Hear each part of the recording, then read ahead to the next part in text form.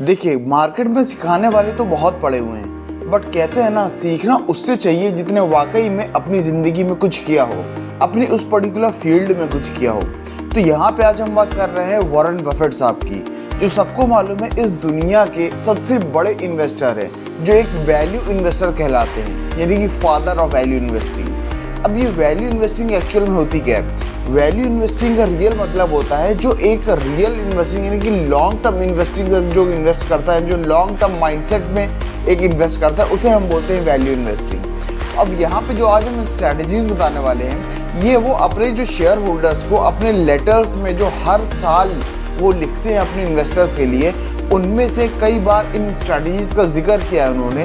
तो आज हम उन्हीं स्ट्रैटेजीज के ऊपर बात करेंगे और आपको वो बताएंगे। तो अगर आप उन स्ट्रैटेजीज को फॉलो करते हैं तो आप भी एक अच्छा खासा रिटर्न जनरेट कर सकते हैं। तो चलिए बिना टाइम वेस्ट करे हम उन स्ट्रैटेजीज पे आते हैं। सबसे पहली strategy, invest in what you understand. इसका मतलब होता है आप ऐसे बिजनेस में इन्वेस्ट करो जिसको आप अच्छे तरीके से समझ सकते हो, या फिर जो आपको अच्छे तरीके से समझ में आता है। तो लोग यहाँ पे करते क्या हैं बेसिकली, अगर वो लोग बाई चांस किसी में इन्वेस्ट करना चाहते हैं तो वो क्या करते हैं, थोड़ा बहुत टेक्निकल्स देख लिया, थोड़े बहुत चार्ट्स पढ़ लिए, और उसमें वो लोग समझते हैं कि थोड़ा बहुत अगर प्रॉफिट दिख रहा है तो वहाँ पे जाके वो इन्वेस्ट करते हैं और थोड़ा बहुत प्रॉफिट जनरेट करके वापस आ जाते हैं। तो देखिए, यहाँ पे आप शॉर्ट टर्म में तो प्रॉफिट कमा लेंगे, नो डाउट, बट अगर आपको सो कॉल्ड जो कहते हैं ना वेल्दी बनना है, तो वहाँ से आप वेल्दी नहीं बन सकते, जो बेसिकली मेन गोल है, मेन मोटिव है वॉरेन बफेट सर का।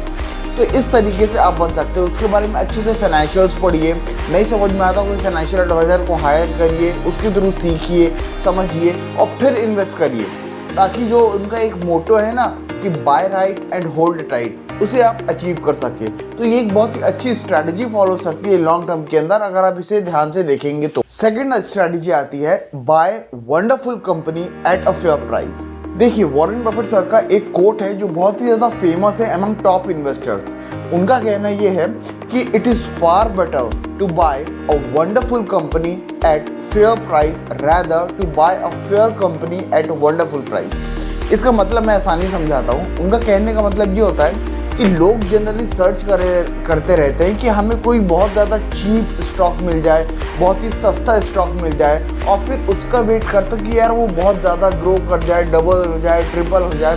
तो ऐसा नहीं करना है, बल्कि आपको रैदर क्या करना चाहिए, एक कोई बहुत अच्छी, बहुत नामी कंपनी हो जिसका बिजनेस बहुत अच्छा हो, अगर उसका शेयर आपको एक फेयर प्राइस पे मिल भी रहा है तो आप वो खरीद लें, रैदर देन ऐसा स्टॉक ढूंढना जो आप ढूंढ रहे हो जो बहुत ही चीप हो। उससे क्या होगा, जो एक आप बहुत अच्छी कंपनी का एक जस्ट फेयर वैल्यू पे जो स्टॉक खरीद रहे हैं, उसके ग्रो होने के चांसेस बहुत अच्छे होते हैं। कहने का सेंस ये है, लोग जो पेनी स्टॉक्स ढूंढते रहते हैं ना कि 2-3 रुपए का शेयर है, वो बहुत डबल या ट्रिपल या 4 गुना या 10 गुना हो जाए और हमें अच्छा रिटर्न जनरेट कर दे, तो ऐसा बिल्कुल नहीं करना है। बल्कि आप एक क्या करो, एक अच्छी कंपनी ढूंढो, उसके अगर प्राइस थोड़ा सा महंगा भी मिल रहा है, आप उसे खरीद के अपने पास रख लो लॉन्ग टर्म के लिए, जो आपको एक अच्छा रिटर्न जनरेट करके दे सकता है। तो ये बात एक बहुत बड़ी बात इन्होंने कही थी जो लोगों को ध्यान में रखना चाहिए। तीसरी जो सबसे मेन स्ट्रैटेजी आती है वो आती है थिंक लॉन्ग टर्म। कहने का मतलब ये है, यहाँ पे कोई ऑफेंस नहीं है ट्रेडर्स के साथ, बट इनका खुद तक मानना ये था वॉरेन बफेट सर का, जो पहले तो एक ट्रेडर थे पर बाद में ये धीरे धीरे इन्वेस्टर में शिफ्ट हो गए। इनका मानना था कि अगर आप स्टॉक मार्केट में या फिर किसी भी इन्वेस्टमेंट के थ्रू अगर आप अच्छा खासा पैसा जनरेट करना चाहते हैं तो आपको लॉन्ग टर्म स्ट्रैटेजीज को फॉलो करना होगा, और आपको अपने पैसे के बारे में लॉन्ग टर्म में इन्वेस्ट करोगे तभी अच्छा रिटर्न जनरेट कर सकते हो, तभी वेल्थ कमा सकते हो। बात यह होती है कि लोग शॉर्ट टर्म ट्रेडिंग करके आज जो ट्रेंड चला हुआ है कि ट्रेडर हूँ, ऐसा बिल्कुल नहीं करना है। हाँ, जब तक आपके पास कैपिटल कम है आप थोड़ा बहुत पैसा जनरेट कर लो ट्रेडिंग से, बट धीरे धीरे आपको क्या करना है, इन्वेस्टिंग की तरफ शिफ्ट होना है अगर आपको अच्छा खासा पैसा जनरेट करना है तो ये भी एक बहुत इंपॉर्टेंट स्ट्रैटेजी है, इसको फॉलो कर सकते हैं। फोर्थ और एक बहुत ही ज़्यादा इंपॉर्टेंट स्ट्रैटेजी आती है that you have to focus on intrinsic value. अभी इंट्रिंसिक वैल्यू क्या होती है, पहले हम इसे समझ लेते हैं। देखिए, इंट्रिंसिक वैल्यू कुछ और नहीं, एक वो आइडियल वैल्यू होती है जो हम मान के चलते हैं कि इस पर्टिकुलर शेयर का प्राइस इतना होना चाहिए। एग्जाम्पल देकर बताता हूँ। फॉर एग्जाम्पल, टाटा का शेयर आज मार्केट में चल रहा है 1000 रुपये, ठीक है। अब आपको कैसे पता कि उस 1000 रुपये में हमें शेयर खरीदना चाहिए या नहीं खरीदना चाहिए? तो उसकी एक तो कुछ तो भी आइडियल प्राइस होगी ना। तो क्या होते हैं, जो बड़े बड़े वैल्यूएशन एनालिस्ट होते हैं, स्टॉक मार्केट एनालिस्ट होते हैं, उस पूरी टाटा कंपनी का एक वैल्यूएशन करते हैं और एक आइडियल वैल्यू निकालते हैं कि इस टाटा मोटर्स का या Tata share price at present इतना होना चाहिए, और फिर कंपेयर करते हैं करंट में जो मार्केट प्राइस चल रही है उस आइडियल वैल्यू से।